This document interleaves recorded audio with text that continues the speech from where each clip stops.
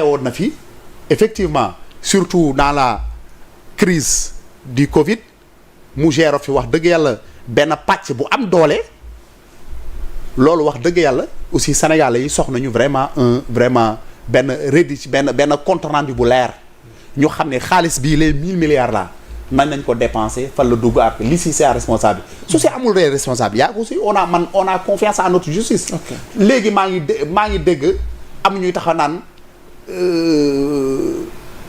le premier ministre visite bu mu defal Abdou lu mu tudd sax Azora c'est une pression sur la justice mais man leen il faut arrêter quand même. mais man ñuy wax loolu il ne respecte pas la justice. parce que c'est-à-dire que ñàkk respecter la justice ba yaakaar ne justice bi dafa ñàkk fayda wala dafa ñàkk fulla ba premier ministre wala keneen di ko teg pression justice bu am fulla justice buy dox ci yoon kenn waruloo teg pression. merci beaucoup. donc ñuy wax loolu amuñu benn pression donc le premier ministre bu muy seeti Azora seetewu ko en sa qualité de premier da ko seeti Azora rakkam la jarbaatam la doomam la nekk ni sa ay jafe-jafe ak comme ñun ni bokk ci njabootam suñu nekk ci jafe-jafe mu seeti ñu defal ñu assister ñu dalal suñu xel donc il n'a fait que son devoir te le premier Ousmane Sonko ne fuira jamais parce que dafa am hadis bu ni sa mbokk su tooñee na nga ko jàppale suñ ko tooñee na nga ko jàppale. donc le premier ministre loolu la def am na solo man jàpp naa ne amul benn regret bu ci nekk nga teg foofu sa loxo balaa ñu dikkaat ci yow donc je suis obligé qu'on aborde le dernier point Abdoulaye Mbow laataa ñu yëkkati jotaay waxtaan bi dialogue sur le système politique bi ñu woote. déjà opposition bi commencé na wane ñoom seen position refus du côté de l'APR gis nga sorti giñ def car ils sont montés au chrono waaye tamit Thierno Alassane Sall ban jàngat lañ ci mën a def ak yow. waaw docteur Cheikh Gueye moom lañ ko teg ci loxoom. gis nañ terme de référence yi. mais c'est tout un débat te ak àggaguñ ci bés bi. d'abord je pense que le choix de docteur Cheikh Gueye gisuloo ko contesté. Pourquoi? Parce que tamit oui c'est par rapport au profil. lan nga jàpp ni moo tax. non parce que le profil est bon c'est un homme de consensus c'est un homme de compromis fort c'est un homme boo xam ne dafa mës a liggéey dans la société civile mais quand même respecter benn ligne boo xam ne mësul nekk dans les débordements je crois bien qu'il a été pendant plusieurs années au niveau de ENDA au côté de Jacques Bignicourt te liggéey na fa liggéey bu am solo waaye itam liggéey na dans la médiation si société civile bi par rapport à nombre de crises et dans la discrétion la plus totale donc je pense que nit kooku tey nga jël ko facilitateur par rapport à ce dialogue là moo tax it gis nga boobu ba léegi amul kenn koo toog am na foo xam ne war nga ko jàpp dut ko fa baaraam donc le choix pour man est un choix bon et que moom itam bu mu jëlee fonction le discours qu'il a prononcé je crois bien que ça également il faudra ñu tenir ci compte et que c'est la première fois que dans un dialogue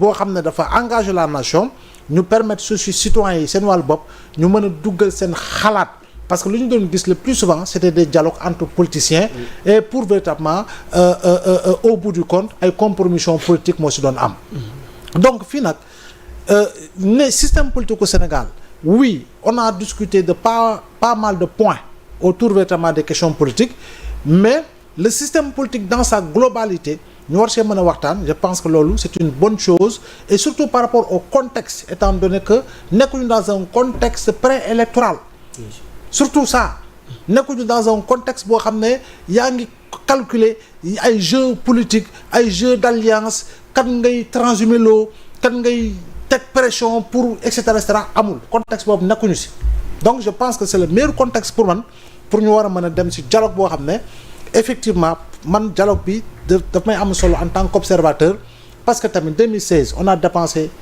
des milliards pour l'organisation du référendum si 15 points yi dañoo waxoon modernisation des partis politiques wax nañu fi ay affaires du statut du chef de l'opposition les débats autour du financement des partis depuis autant d'années on en parle mais jamais de solution depuis autant d'années on parle si li nga xam mooy rationalisation des partis politiques mais aucune proposition concrète aucun engagement aucune conviction forte véritablement des autorités donc yaa Moussa soo tegee añ fii Sénégal 7 ñi ngi fi monsieur invité yëpp nga woo leen ne leen maa leen invité suba añ maag bay na bu ñu neexee na la ñëw ñu sa añ n'est-ce pas mais teewul ñeneen daañ ñëw si sa añ bi c'est la même chose kon boog ku woote que ñëwul il a la liberté de venir ou de ne pas venir donc s'il ne vient pas mais d'autres seront là également pour discuter parce que tey en termes de représentativité mënuloo taxaw ne kii de bu manqué ci dialogue bi coow dina am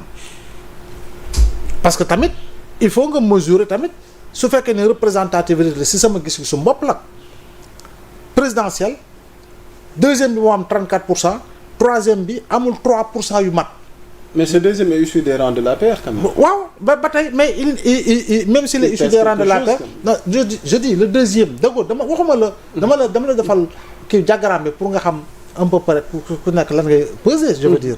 donc foofu lay waxee bu législative yi la principale formation de l'opposition c'est l'APR parce que moo nekkoon au pouvoir pendant 12 ans. amul groupe parlementaire. il a fallu le ralliement de Abdou Karim Sall pour que ñu am groupe parlementaire donc loolu yëpp da nga koy calculer on te parle de près de 400 formations politiques au Sénégal en attendant ñiy war a di xaar pour jot seen récépissé société civile bi mi ngi fi mi ngi liggéey gu am solo tënk na déjà ab téere boo xam ne moom mi ngi koy waajal yu jébbal bu ñu demee ci dialogue bi avec véritablement le professeur Babacar Gueye qui est un éminent constitutionnaliste avec les Valdiodio Ndiaye avec les Moundiaye Cissé avec les Youssou Daw les Babacar Fall et consorts au moins am na loo xam ne daañu ko yóbbaale je pense que c'est une bonne chose donc je dis encore une fois ñii dem daañu yóbbaale dara et puis tam bu ñu demee tam daañu fa fekk daal waxtaan woowee nag mooy jur lu ñu war a jëfee par rapport au système politique sénégalais parce que s'il y avait rigueur dans l'application des lois la loi de 81 bu ñu ko appliqué woon parti yu bari boobu ba léegi tas nañu parce que la loi de 81 modifiée en 89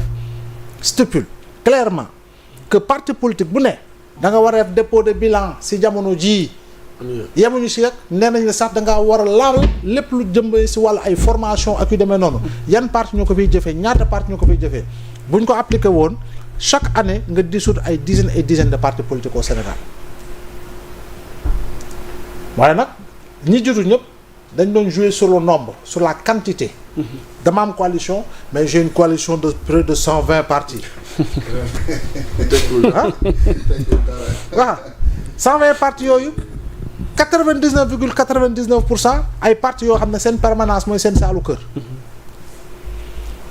ah. lii dañuy xam. waaw jeex na. maître donc ma ñëw ci docteur. tant pour moi le dialogue sur les systèmes politiques. campagne lañu war a def. lan la ñu war a def. j'entends Mbow qui parle de représentativité. waaw Sénégal kan moo fi am représentation léegi. laaj naa la ko. population bi moom pour représentativité population bi la ñu war a dem wax leen lu ñu nar a def. comprends li ma la wax je voyage tous les jours demain je vais au foot après demain je vais en Casamance mais li ma gis on ne voit rien. C'est ça que la population me dit. Tu étais avec... bon, désolé pour mes deux amis là, je ne suis pas quand même du parti, mais moi-même on me dit, tes amis là, qu'est-ce qu'ils font? Qu'est-ce qu'ils vont faire de ce pays? J'interpelle les deux cadres là. Qu'est-ce que vous nous dites si les Français partent? Qu'est-ce que vous allez faire? Tey rek am na bu ma fañ a fay sama loyer parce que les Français sont en train de partir, je gagne plus d'argent. Donc vous voyez, ce qui est en train de monter derrière vous, c'est pas les... xawma draguer des partis qui sont perdants, qui ne sont rien du tout, comme dit Mbow. C'est aller glorifier une population qui vous a voté à 54%. Qui, pendant cette année-là, intermédiaire, excusez-moi le mot, ils n'ont rien vu, ils ne voient rien. Des enfants, pour aller à l'école, doivent payer 200 francs, ils ne rentrent pas dans l'école. Des hôpitaux où on dit, notre heureux, courageux ministre qui dit qu'on meurt de 7h à 19h. Demain, il y a un grand congrès de médecine d'urgence à Saly. On va dépenser des millions dans un hôtel. Donc, où est la rupture? Où est la rupture? Retournez-vous vers la rupture. Et 54%, vous avez vraiment du travail. C'est pas aller chercher les autres là parce qu'ils sont fâchés. Parce qu'ils vont, si vous continuez comme dit Maître là, ils vont passer à la casserole. Est-ce que vous voulez les dire que vous n'allez pas passer à la casserole? On va mettre doucement, on va mettre le bémol. Moi, c'est ce que je vois dans ce congrès, ce dialogue. Si vous faites ce dialogue-là, comme je l'ai vu, avec la représentativité que vous cherchez et que Vous voulez, on n'est plus à refaire des lois de vote, on n'est pas dans les votes encore. N'est-ce pas, Mbou? On n'est pas demain dans des élections, mais attends, on va revoir le fichier. J'ai l'impression qu'on va repartir sur un fichier pour voir qu'est-ce que... On ne repart pas dans un fichier, on part sur des gens qui ont utilisé leur carte pour vous dire allez-y. Et ils ont dit ce qu'ils veulent. Vous êtes en train de faire la réduction, c'est bien parce que c'est une demande sociale. Il y a encore autre chose, il y a l'école, il y a... Vous parlez de l'argent là. Mais ce que vous oubliez de dire, c'est que nos enfants vont payer cette dette-là. Est-ce que beaucoup de gens ont compris que ce que vous dites là qui empêche aujourd'hui de construire une école, c'est pas seulement qu'ils ne construisent pas une école, mais c'est que nos enfants et petits-enfants vont payer cette dette. Quelle sera la solution pour que nos enfants ne payent pas la dette? Quelle est la solution quand on dit non, récupérer 2 milliards et qu'on ne voit rien? On a promis, bon, le riz a diminué de 100 francs, l'électricité va baisser, mais est-ce qu'on se soigne? Est-ce qu'on va à l'école? Hein? Est-ce qu'on répare les voitures de maîtres qui sont passées dans des mains qu'on ne sait pas? Et qu'est-ce qui nous dit que ça ne va pas revenir? Le cas d'Azura, est-ce que ça va pas revenir? Ce que je vois là avec les transporteurs qui roulent leur voiture, mais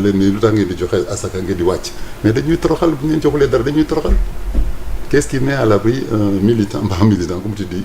La loi connaît que le citoyen. Qu'est-ce qui met à l'abri aujourd'hui un citoyen d'une moindre malversation policière? Rien. Ok. Rien. L'autre fois, on nous a garés. Hein? Il y avait un enfant de même pas de 2 semaines qui était dans la voiture pendant une demi-heure parce que le gendarme avait un problème avec le chauffeur. Et il l'a enfermé dans sa voiture et on est resté là.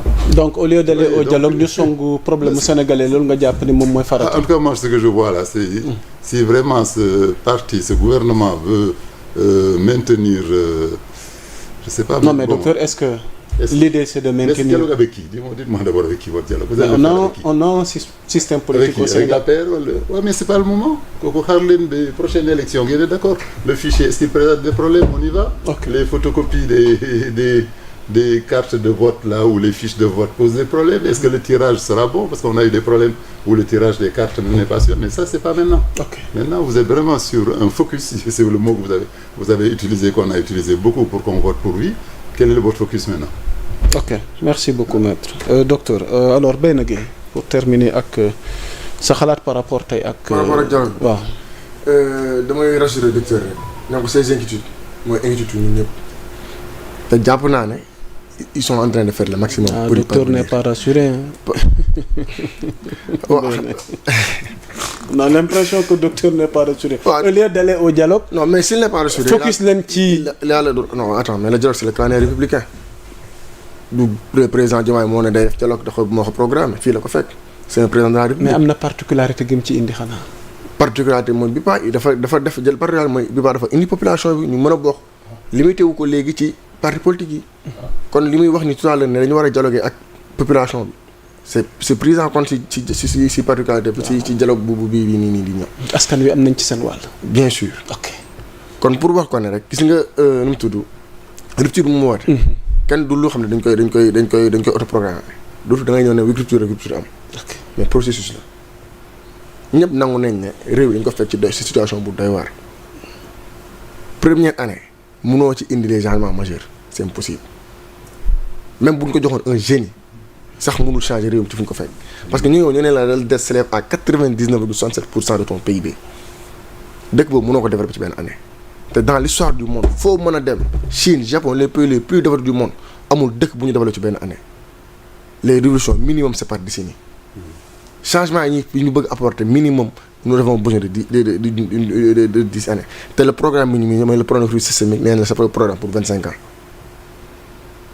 léegi nag à la fin du mandat dañ évoluer dañ xool li ñu diggee woon ndax ñu ngi ci yoon bi ndax li ñuy wane dal na xel mais c'est pas mënoo def bilan de benn année bi nga xam ne bi nga ñëwee le temps que ngay def changement de poste yeeg affaire yooyu noonu te même le PM l'a reconnu le système est toujours là parce que dans l'administration aussi mënoo ñëw changer nit yi di ko tag mais il nous faut de la patience benn ba pare ñu comprendre aussi que le développement ne se fera pas que par l'élite mais par nous tous ñu dañ ci am wàll aussi ñu les citoyens de bas niveau dañ ci am wàll parce que affaire bi engrenage la leen bu kii di gas kii di suul du mës a sotti ñun foog ñoom conscience citoyenne boobu tamit les populations lambda te jàpp naa ñoo ci ëpp wàll sax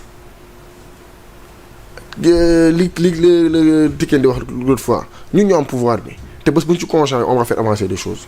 ok c'est pas parce que dañ leen fal jox nañ leen état central rek après ñu toog ñu croiser les bras su ñoon nawut non non ku nekk ci secteur bi nga nekk da nga war a xool tey jii li gën a tardel population sénégalaise bi lan la mooy corruption yi ñu wax tout à l'heure mais corruption bi est-ce que ci ñoom la jógee c'est des trucs yoo xam ne ñun ñoo ko jikkoo. ok kon on a le devoir laay wax sax devoir citoyen la ñu fexe ba defaraat suñuy jikko. defaraat yenn certaines pratiques yi. nga xam ne jëmalul réew kanam ñu fexe changer ci côté boobu bu ñu doxalee rek man am naa njort bu rafet ne ñii ils n'auront pas le choix dañuy doxal par force. avec c'est tout un ensemble. merci beaucoup nañ ci rafet njort ñu tiré dans le même sens. jàpp ne yàgg-yàgg njëriñ da ciy am parce que vu fu ñu jógee coono bi ñu daj. man dama gëm ne mënul nul. APR bañ na dialogue bi de Thierno Alassane Sall bañ na dialogue waaw par rapport ak dialogue bi ñoo ci exactement ci dialogue bi ay APR ay Thierno Alassane Sall c'est-à-dire APR il est en déclin dañuy dem ñu gën a suuf kenn gëmatu leen gis nga ni maître waxee xam ne ni docteur waxee xam ne il n'entend plus rien des politiciens de métier là te ñoom xam nañ ne dialogue bi ça les intéresse pas parce que li ñor Sénégalais ñoru leen lenn moo leen ñor conquérir le pouvoir nekkuñu situation électorale amu leen intérêt loolu kese la mais ñi mu ñor muy les citoyens lambda muy la population sénégalaise dans toute sa globalité ñooñu dañ ci participer te dinañ wax tamit seen inquiétude te defe naa le président Bassirou Diomaye Faye lu waay gàtt dégg-dégg xam ne ku am sens d'écoute la. ok te ku yërëm sénégalais yi la. li fay jógee ñu tënk ko. muy rationalisation des partis politiques. suñu système électoral bi yooyu noonu yëpp réforme yooyu yëpp. yëpp ñi ngi en rafet ne bés bu ñu ci baree ba tënk ko. ñu mettre ko en œuvre pour l'intérêt supérieur de la nation. Merci beaucoup. On termine avec Maître Babacar Ndiaye.